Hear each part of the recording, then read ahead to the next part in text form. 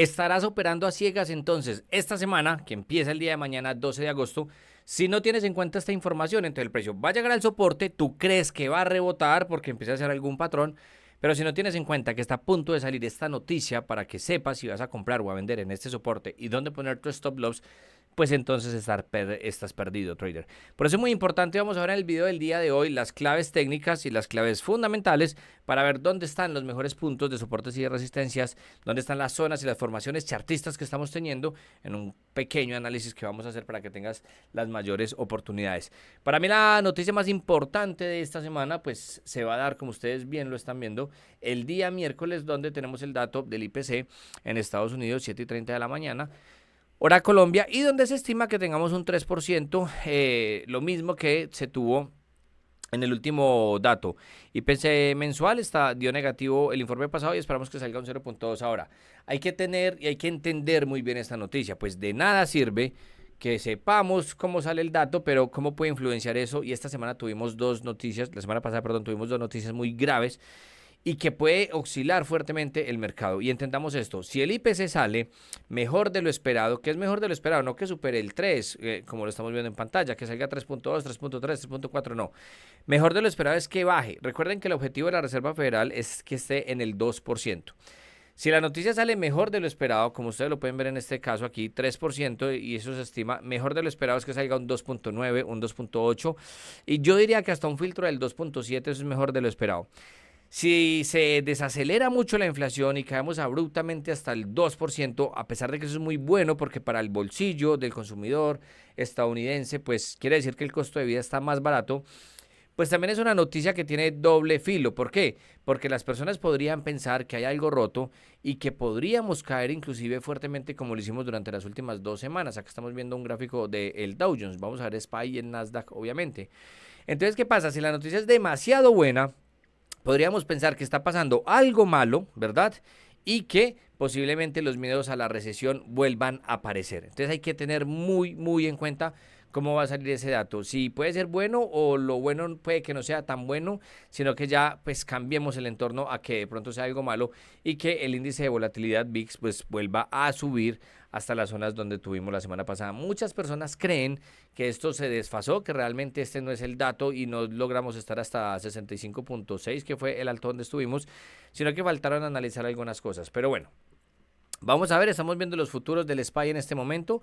Como pueden darse cuenta, pues caídas bastante fuertes durante los últimos días. Vamos a ver en análisis chartista y lo vamos a ir fusionando con el análisis fundamental. Tenemos una vela martillo bastante fuerte con una cola de piso bastante fuerte que llegamos a tocar esta zona verde. Ustedes dirán, ¿el por qué tiene eso marcado ahí verde? Si ahí no hay ningún soporte, si ahí no hay ninguna resistencia, si ahí no hay definitivamente nada. Esta zona verde la marcamos porque el precio desde sus altos históricos ha retrocedido una media de 10.5%. ¿Por qué digo una media? Muchos analistas saben que cuando el SPY retrocede un 10%, se considera un retroceso normal en el mercado. Inclusive, hay varios analistas, por ejemplo, entre ellos Ray Dalio, y en estos días salió también algún banco, creo que fue Nomura, no estoy seguro, que dijo que estrategias de comprar cuando el mercado cae alrededor de un 5%, refiriéndose al SPY, es muy buena opción.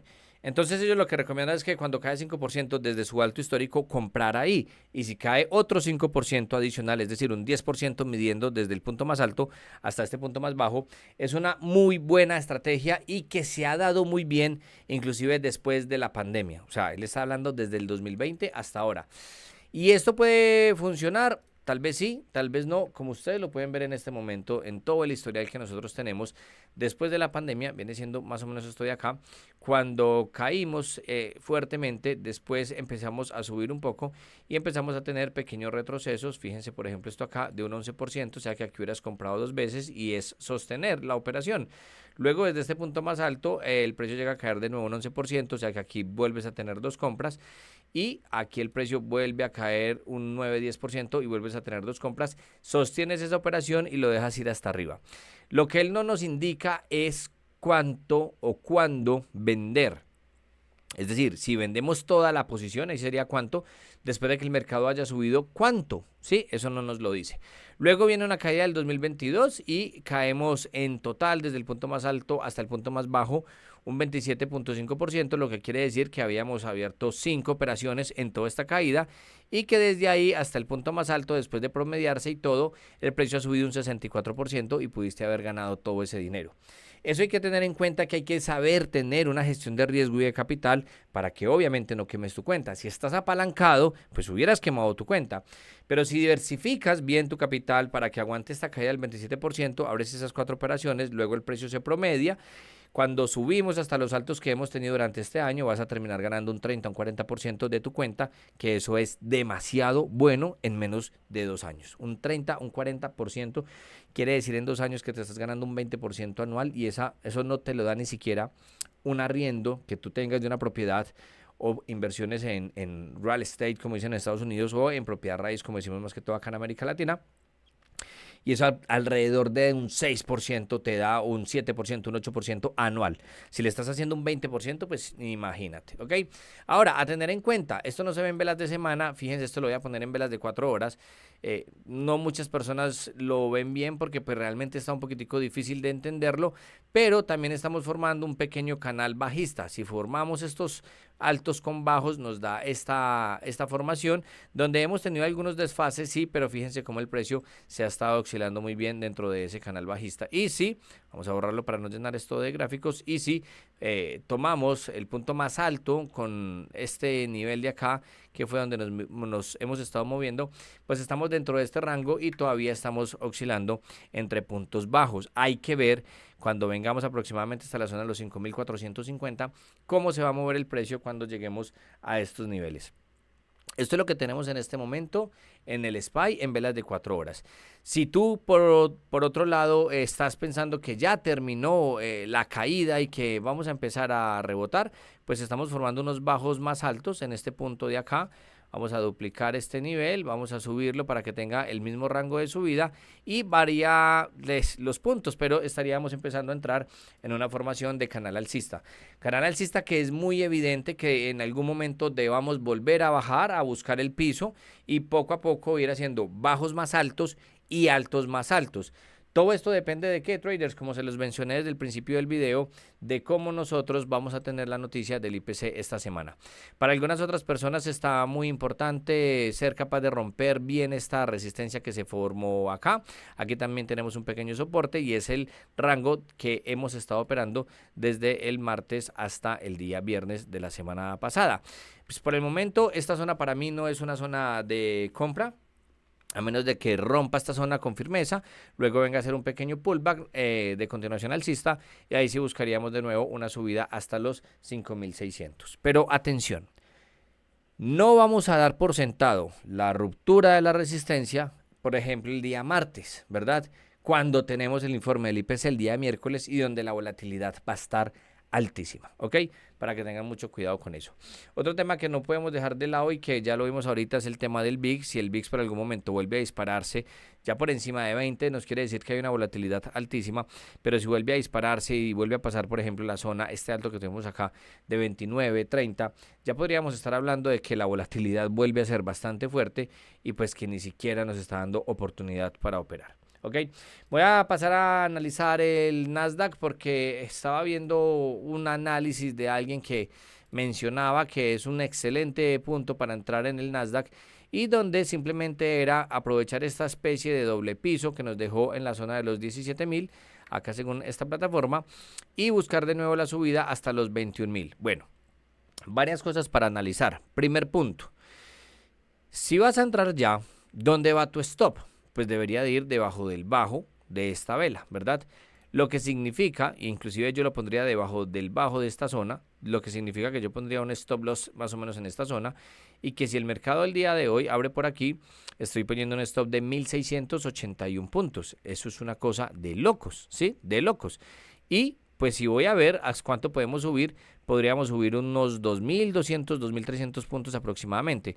Pues hasta dónde tiene sentido, y piénsalo tú, hasta dónde tiene sentido poner un stop loss de 1.600 puntos para ganarte 2.000 puntos, porque pues, también sería difícil tomar los 2.300 puntos. Esa estrategia en velas de semana pues realmente me parece muy arriesgada, yo no la tomaría, sino que miraría estos dos puntos más importantes. El primero, el Nasdaq viene haciendo altos más bajos, ¿verdad? Si yo trazo esta línea o este canal directriz bajista desde este punto hasta este punto, pues me doy cuenta que venimos haciendo altos más bajos y bajos más bajos, ¿verdad?